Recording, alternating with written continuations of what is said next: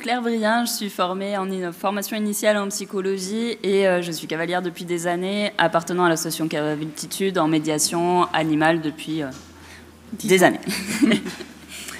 Et pour ma part, Marie Auger, je suis psychomotricienne. Je travaille essentiellement en IME et pour le projet des Amazones. Du coup, notre propos sera structuré par le contexte de la tenue de notre projet des Amazones et les outils du coup développés spécifiquement dans ce cadre pour cette pratique. Donc là, vous voyez le lieu où les Amazones, l'activité se passe. Donc nous sommes accueillis aux écuries de la Limane chez Jonathan Rougier. Et c'est Anne Cheville, la monitrice d'équitation, qui a son entreprise et qui adapte avec cette carrière. Voilà. Et du coup, avec une cavalerie adaptée et des zones spécifiques qu'on ne voit pas. Il y a une petite sellerie, un chalet pour accueillir quand il fait froid. Et comme on voit aussi sur cette photo à droite, c'est aussi Equitadapt accueille des personnes en situation de handicap. Donc il y a des repères visuels, des couleurs, des photos, du braille pour chacune. Et en tant que psychomotricienne, à la fin de cette activité des Amazones, donc, qui accueille 2 groupes sur une matinée, une demi-journée, 4 cavalières hebdomadaires qui sont prises en charge dans un contexte de soins support. Donc, on a une convention avec des hôpitaux sur Clermont-Ferrand, 2 hôpitaux, et on les accueille dans ce cadre de soins support. Ce projet, du coup, a toujours été pensé en pluriprofessionnalité. Donc, c'est le débat d'hier, c'est justement sur la double casquette. Du coup, il y a toujours eu un trinôme entre un psychologue, une psychomotricienne et une monitrice d'équitation. La monitrice d'équitation est formée, du coup, aux approches du handicap physique, psychique et sensoriel. Et la psychomote est en cours de formation en validation de niveau équestre. Alors, les Amazones, comment ça se passe ? Eh bien, on commence par l'activité de la voltige, la première séance, qui permet de sécuriser cette pratique, où les cavalières n'ont qu'à être à cheval, être dans leurs sensations, et Anne, la monitrice, tient en longe le poney. Et ensuite, en fonction du contexte, de l'avancée de la maladie des Amazones, qui ont un cancer, et on adapte, on propose différentes disciplines équestres comme le travail à pied, le jeu à cheval, la randonnée. Le but de notre propos aujourd'hui est de vous parler des outils qu'on a développés pour sécuriser cette pratique du coup spécifique. Alors, c'était là. Il faut que tu passes. Donc voilà, le premier outil qu'on vous présente, c'est une sorte de thermomètre de l'énergie. Et du coup, nos limites après 1 à 2 années de fonctionnement, c'est on avait du mal à évaluer le niveau physique des cavalières en fonction de l'évolution du cancer, mais aussi les propres bénéficiaires avaient du mal à s'autoriser à dire qu'aujourd'hui ça allait ou aujourd'hui ça allait moins bien, et on pouvait du coup ne pas être adapté dans ce qu'on leur proposait avec des possibilités de mise en danger. Donc à partir de la demande qui m'a été faite, j'ai créé un outil qui est une forme d'échelle qui est inspiré de l'esprit de l'entretien motivationnel. Donc vous avez sous les yeux un support qui fait à peu près 1 mètre de hauteur sur carton, qui est une échelle de 0 à 7, avec un dessin, une phrase et du coup une représentation de l'émotion ou du niveau de la forme physique. Le but, c'était d'introduire un temps d'échange de paroles en fait, au démarrage de la séance, où chaque personne était amenée à se présenter de présenter sa forme avec un positionnement subjectif et de ne pas coller forcément à la dynamique de groupe. Et chaque personne pouvait du coup exprimer aussi la variabilité de sa forme physique en fonction des séances au cours de l'année. Alors, les apports de cet outil, c'est que ça nous a permis à nous, professionnels, d'adapter nos supports. On avait, en amont de chaque séance, préparé le contenu, et en fonction de ce qu'elle nous disait, on adaptait le niveau d'exigence, ou on faisait autre chose parce que c'était pas le jour.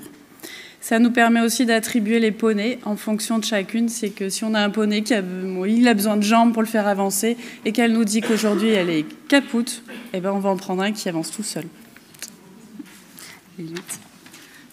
Alors les limites, c'est que quand il y en a, les 3 premières Amazones nous disent « Ah, aujourd'hui, je suis à 6, j'ai envie de courir, de galoper », et que la dernière, elle est plutôt à 0, elle est encore dans son lit, dans sa tête, et ben, elle ne s'autorise pas toujours. Et du coup, il faut que nous, on soit attentifs, elle lui permet de dire que aussi, elle a le droit de ne pas être comme les autres.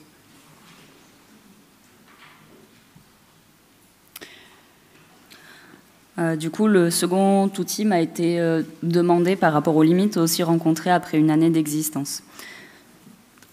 Alors, nos limites, c'est qu'après une année de fonctionnement, on avait 2 groupes qui n'étaient pas du tout homogènes. Et du coup, en termes de dynamique, de proposition, c'était pas simple. On ne collait pas toujours à leurs attentes, à leurs capacités physiques. Et aussi, en termes de personnalité, ça n'avait pas collé. Donc hier, on a aussi parlé de la question des représentations par rapport à la médiation équine. Et quand on propose ce projet-là, il y a beaucoup de personnes qui sont arrivées avec des attentes et des idées complètement différentes de ce qui était proposé. Donc l'idée, ça a été de leur proposer une grille d'inclusion ou une trame d'entretien de manière à pouvoir présenter le projet, recueillir les attentes et pouvoir avoir une évaluation qualitative et quantitative pour pouvoir comparer les différentes grilles et du coup annoncer un peu la couleur aussi aux personnes qui voulaient faire partie du projet. Du coup, par rapport à l'année précédente, ce qu'on a pu expérimenter, c'est qu'on a eu 2 groupes homogènes. Un premier groupe où elles avaient tout un niveau équestre, minimum galop 2 jusqu'à galop 6. Donc on a vu une belle progression équestre avec des propositions très variées. Un autre groupe qui était dans une autre dynamique et du coup on a pu vraiment s'adapter à leurs attentes. Et on a vu des belles progressions, tant équestres pour les cavalières débutantes que aussi des progressions au niveau personnel pour chacune. Et les limites par rapport à ce recueil de données, on n'a que les données qu'elles nous donnent. Et parfois, elles oublient ou elles n'ont pas envie, mais du coup, ça peut nous mettre en difficulté. On a une personne qui était malentendante, qui ne nous l'a pas dit. Et quand on est en extérieur, il faut porter la voix et qu'il faut être vraiment vigilante quand elle n'entend pas bien. Les premières séances, on a un peu tâtonné.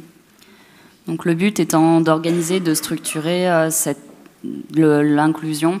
Je leur ai proposé également la même chose, mais en conclusion, de manière à pouvoir re-rencontrer chaque Amazone en individuel à la fin de l'année, pour qu'elles puissent revenir sur les attentes qu'elles avaient formulées en début d'année et pouvoir faire progresser la pratique, faire améliorer les groupes à chaque année. Et aussi une trame en groupe pour qu'elles puissent faire un bilan en fin d'année aussi sur la dernière journée commune, où elles puissent échanger entre elles l'apport de cette année ensemble.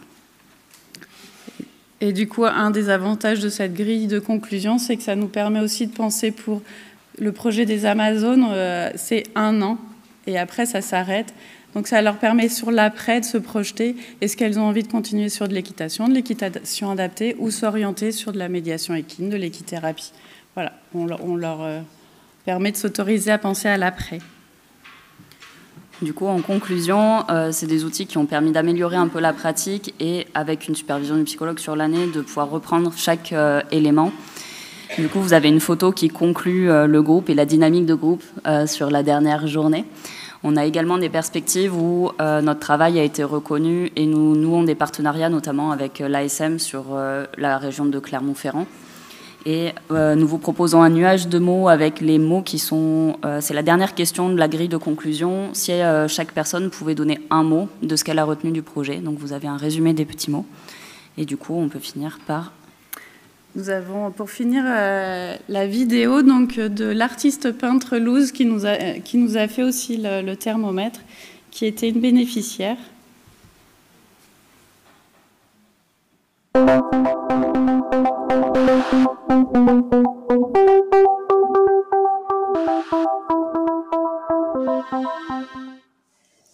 Cette année, en quelques mots, retrouver les chevaux, s'occuper d'eux, faire confiance et retrouver confiance, oser en sérénité et sécurité, se remettre en selle, partager humour et tendresse, retrouver l'envie de créer, d'aimer, de vivre.